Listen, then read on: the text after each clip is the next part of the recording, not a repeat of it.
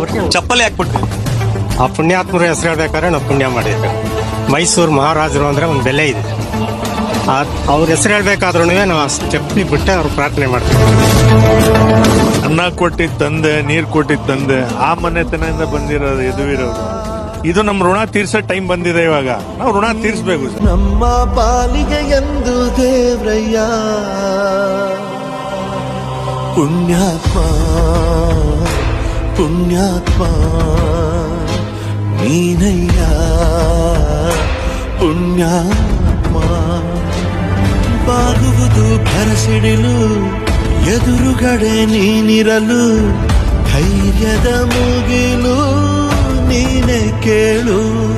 ಅಲೆಗೆ ಎದೆಯ ಕೊಟ್ಟು ನಿಲ್ತಾನೆ, ಇವನ ಹೆಸರ ಗುರುತಿಡುವನು ಆ ಶಿವನೇ.